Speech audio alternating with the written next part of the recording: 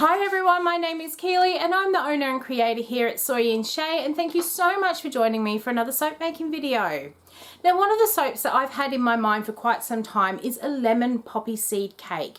I've never really been able to find the fragrance here in Australia that I wanted to use, so I decided today I was going to do it, and I'm going to use a blend of essential oils. Now, I got this blend from off of the essential oils calculator, and it's a mix of sweet orange, let's say carbaba, there's some lime, lemon, and a little bit of pink grapefruit essential oil through it as well. I'm also going to make this one into a goat's milk soap by adding in, I think I worked out to be 50% of my liquid was going to actually be goat's milk, and then I am going to add in some poppy seeds for some gentle exfoliation as well. So let's go and make my lemon poppy seed soap. Okay, so let's get this one started. As always, I have my oils in my bucket here.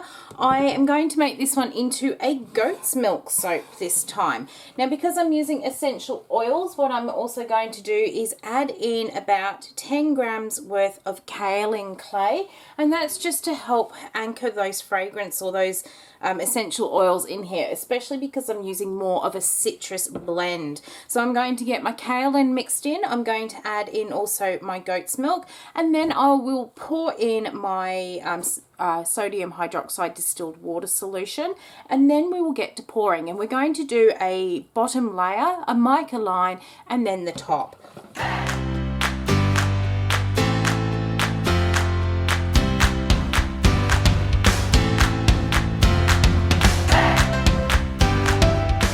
Alright, so we're going to push the big bucket off to the one side, and we'll come back to that soon. We're going to work on the bottom layer first. And into this one, I am going to put in some Tuscan Sun mica. So I'll just pop that in there. Now, when I used to watch people soap making, I used to wonder how people knew how much to pour off for each of their layers. And you know what? Still today, I don't know. It just seems to be something that comes to you. The more that you actually make soap, you kind of know just how much to pour off for different things. You don't always get it right, but a majority of the time you kind of do guess correctly at how much you need to section off. I'm going to get this yellow mixed in, and then I'm going to add the fragrance oil. Gee, it's not fragrance oil, it's essential oil, isn't it? So let's get some of that poured in there, and oh, that smells so good. Alright, so I've got that mixed up, and I have mixed it a fair bit there because I want this a little bit towards a medium trace so that we can do a really nice textured mica line. So just get as much of that yellow cleaned off. It doesn't really matter because it's not going to show too much in my white pot. We'll pop that one in there. This one smells so fresh and clean. I really like this blend. Grapefruit to me really complements that yellow, and it has given it that very sort of lemon poppy seed sort of smell to it. I've got my mold here, and what I'm going to do is just pour a layer of this yellow into the bottom. Nothing fancy. We're going to let it set up a little bit, and then we're going to come back and do a bit of a textured top before adding on that mica line. Okay, so this has been sitting just for a couple of minutes. It really hasn't taken very long. I've just got myself a stainless steel spoon here, and I'm just going to texture all over the top. When I do mica lines, I like to give it a little bit of interest rather than just straight lines. And also when you actually do decide to texture the top, rather than doing a straight line, it doesn't matter if your lines aren't straight. It really bugs me when I try and do a straight line and it's not. So I just basically just think, well, let's just texture the top and just go from there. So I'm almost at the end. So there's no right or wrong way to texture the top. I do like to try and get my spoon right into the very edges so it's not just the middle of the soap that's textured. So you don't end up with those really sharp edges at the sides. So that is looking really good. I don't want it too lumpy bumpy, but I just want that enough of that definition in there to give it that interest. So that is looking perfect to me. Actually, rather than waste that bit, we'll just pop that back in. So for the mica line, I have got myself my little tea strainer, and I have got some mocha mica from my Micro Obsession. So I'm just going to put myself a nice little scoop in there, and then I'm just going to run up and down the mold, tapping on my tea strainer just to get that really nice coverage of brown mica come out of it.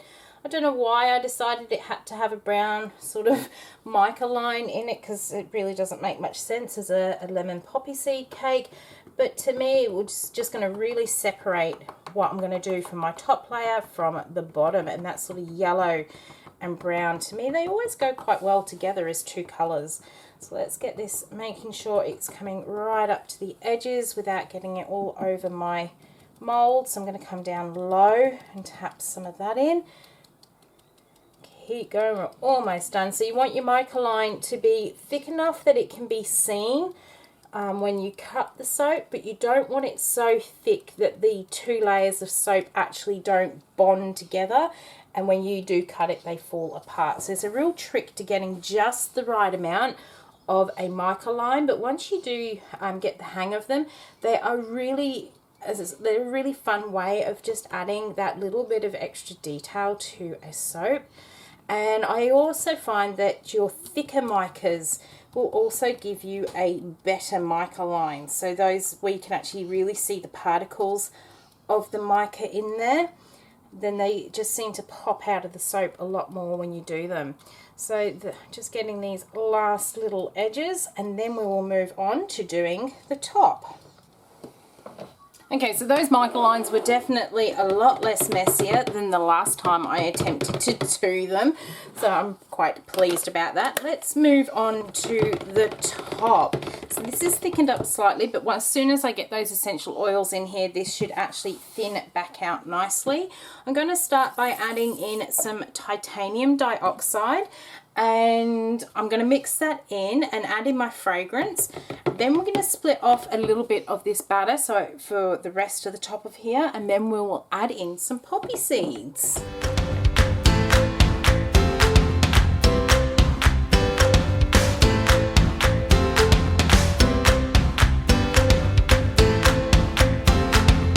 So into this little jug, I really don't need much. This holds about a cup. I'm going to pour off, yeah, about that sort of much.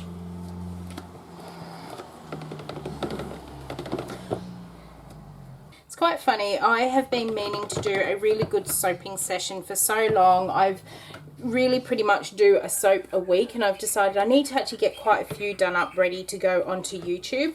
So I did the right thing. I got all my oils and everything else all measured. They're all sitting there ready to go.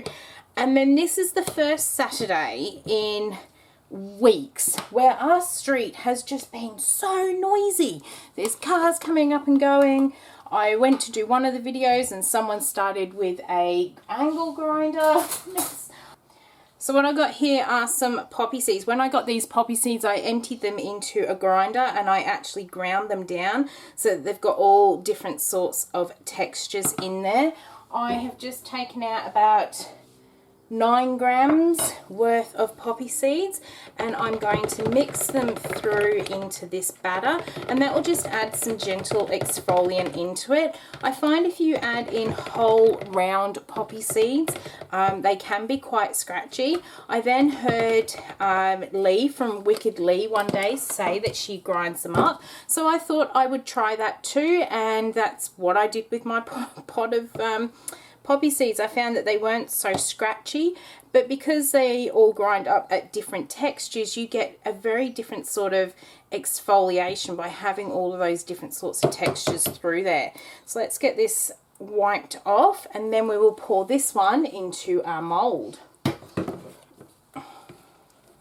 Oh, that is looking so yummy, and it really does smell like a lemon poppy seed cake to me. Let's bring this mold back in, and I am going to use my spatula just to break the fall of the soap so that it doesn't disturb that mica line too much and bring it through to the top. So I'm just going to run along, whoops, until I get all the way to the end, and now I'm down there. I can take my spatula out and just start filling her up.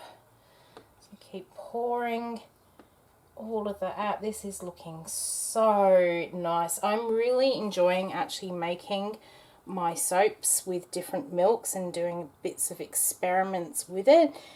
So I can't wait to give this one a go.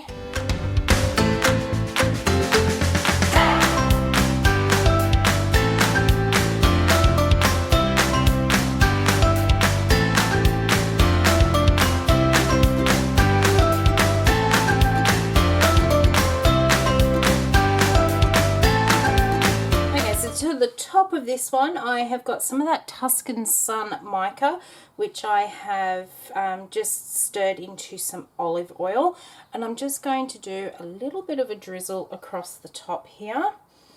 Just grab a bit more there, and that just really finishes the top of that off, and it will tie in the bottom layer with the top of this soap. That's looking nice. Let's get a bit up into that corner as well. All right, but we're not finished. So this pot over here that we've got some soap in, this is setting up nicely. What I'm going to do is I'm actually going to put a little bit more titanium dioxide in this one, just to really distinguish it from the top. We're going to stir that in. In fact, we'll get the stick blender into that to make sure that it is incorporated properly.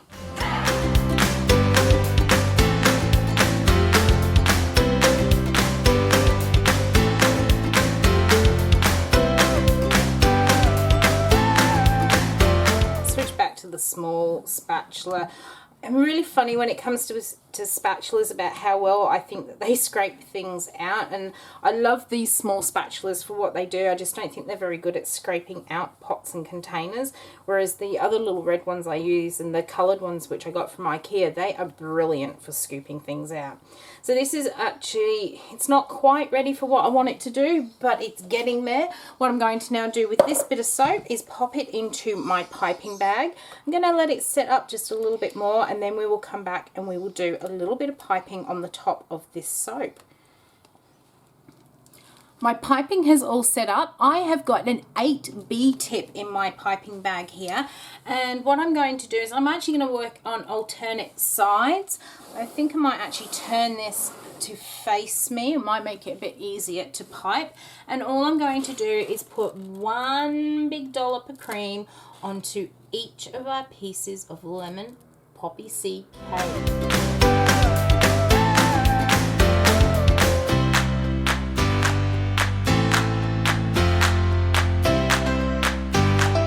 Decided rather than trying to scoop that one off, just to put another dollop on it so I didn't completely ruin it. What I've got here on my little tray, I have got some melt and pour soapy balls to stick on the top of these, and each of my little cream dots is just going to get a little piece of melt and pour.